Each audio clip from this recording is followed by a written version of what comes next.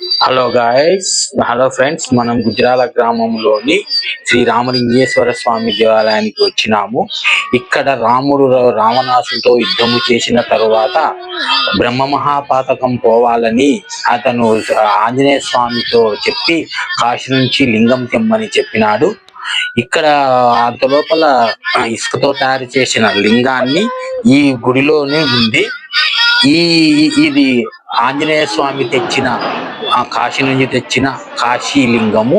ఆంజనేయ స్వామి ఈ లింగాన్ని తెచ్చినాడు, కానీ రాముడు చెప్పిన సుముహూర్తానికి ఈ లింగం తేలేనందున ఇది పక్కన పెట్టినారు.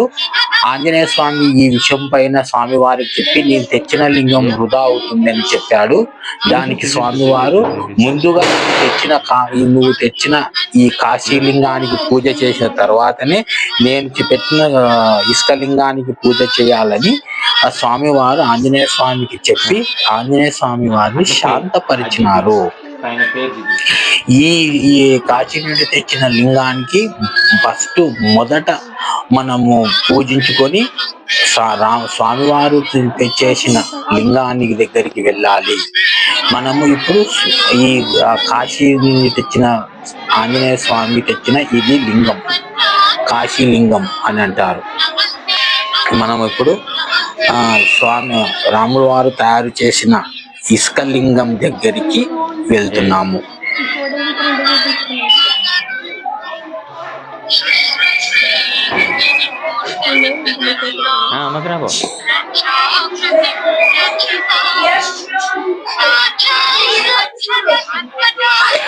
ఇది ఇసుక లింగంతో రాముడు ఇసుకతో తయారు చేసిన లింగంలోని గుడిలోకి వచ్చినాము. నందీశ్వరుని కాడికి వచ్చినాము. మనం తర్వాత నందీశ్వరుని దర్శించుకున్న తర్వాత అమ్మవారిని దర్శించుకుంటున్నాము. అమ్మవారి దగ్గరికి వచ్చినాము. ఈడ అమ్మవారి దర్శనం చేసుకున్నాము. ఈ అమ్మ చేసుకున్నాము. అమ్మవారిని చూసిన తర్వాత మనము ఇక్కడ లింగానికి ఇక్కడ ఒక వృద్ధలింగం ఉంది. ఆ లింగానికి దర్శనం చేసుకొని ఇది మొబ్బు లింగం అని కూడా అంటారు. ఈ మొబ్బు లింగము ఇది వృద్ధలింగం అంటే ముసలి లింగము అని అర్థము. ఇది శ్రీశైలంలో కూడా ఉంది. దీని తర్వాత రాముడు తయారు చేసిన సైకత లింగానికి దగ్గర చూస్తున్నాము. ఇది రాముడు వారు తయారు చేసిన సైకత లింగము. ఇది ఆంజనేయ స్వామికి చెప్పిన లింగము తేలేకపోయినందుకు సీతా సమేతంగా తుంగభద్ర నది తీరంలోని ఉన్న ఇసుకనితో తీసుకొని వచ్చి సుముహూర్తానికి లింగాన్ని తయారు చేసి పెట్టినాడు.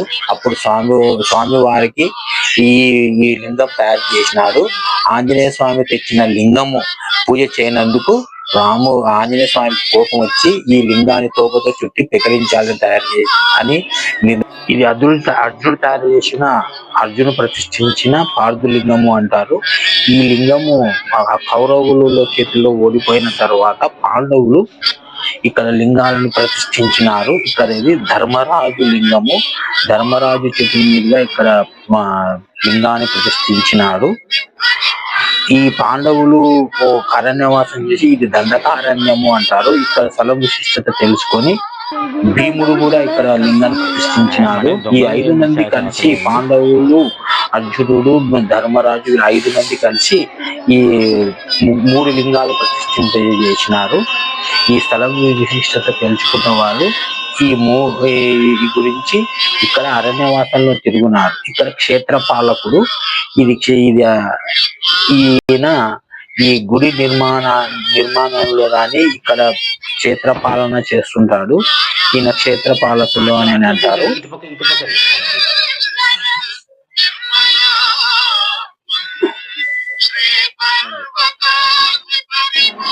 ఇక్కడ శాసనాలు లిఖించినారు. ఈ శాసనాలు ఈ గుడి శాసనం గురించి ఇక్కడ అంతా రాసినారు. మనం ఈ గుడిలో చూడవచ్చు. ఈ శాసనాలు ఉన్నాయి.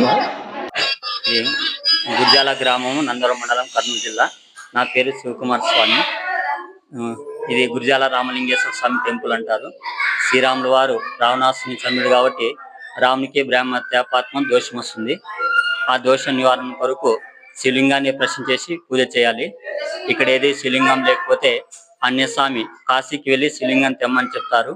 ముహూర్త సమయానికి శివలింగాన్ని తేలేకపోతే అన్యస్వామి కాశీకి వెళ్లి శివలింగం తెమ్మని ఆజ్ఞాపిస్తాడు శ్రీరాములు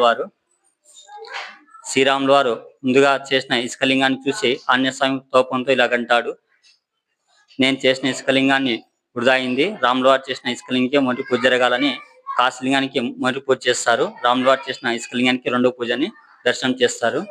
దాపరిగంలో పాండవులు చేసిన శివలింగాలు ఉన్నాయి. స్ట్రైట్ భీముడు చేసిన భీమలింగేశ్వర స్వామి, నైట్ సైడ్ మీద అర్జునుడు చేసిన పార్థలింగేశ్వర స్వామి, ఇటు సైడ్ మీద ధర్మరాజు చేసిన ధర్మలింగేశ్వర స్వామి అంటారు. నకులుడు సహాదేవుడు వాళ్ళ ముగ్గురు సహాయంగా పనిచేస్తారు. వాళ్ళు ఏం శివలింగాలు ప్రశ్నించారు. త్రేతాయుగం ద్వాపరయుగం రెండు శివలింగాలు కలిసి ఉంటాయి సార్ ఇక్కడ. ఇక్కడ శివరాత్రి గురించి ఇక్కడ ఎన్ని రోజులు జరుగుతాయి చెప్పండి. శివరాత్రి వచ్చేసి పూర్వం తాతల కాలం నుంచి జరుగుతున్నారు సార్. చుట్టుపక్కల గ్రామాల పెద్దలలో వస్తున్నారు. ఈడ శ్రీశైలము ఒకటే రోజు జరుగుతుంది. జాగరణ, రథోత్సవము, పల్లకి సేవ జరుగుతున్నాయి సార్. అమావాస్య. కార్తీక మాసం గురించి కార్తీక మాసం కూడా పెద్దల కాలం నుంచి చేస్తున్నారు సార్. నైలో స్నానం చేసి వచ్చి దీపాలు వెలిగిస్తారు సార్. దేవునికి దర్శనం చేసుకోవడం, టెంకాయలు కొట్టడం, పూజా సమయాలు కూడా చేస్తారు సార్. ఇక్కడ మనం చూస్తుంటే తుంగభద్ర తీర నదీ తీరము.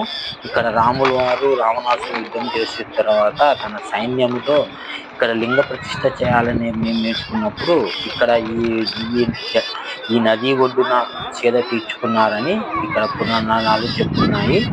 ఇక్కడ వారణ సైన్యంతో అతను ఇక్కడ ఉండి సేద తీర్చుకున్నాడని ఈడ పురాణాల ప్రకారము తెలుస్తుంది. ఈ నదీ తీరంలో వాళ్ళు స్నానాలు అవన్నీ చేసినారు. చేసి సేద తీర్చుకున్నారు. ఈ గుడి ఇక్కడ నిర్మాణం గుడి ఉంది, గుడికి దగ్గర ఉంది, చేసినారు.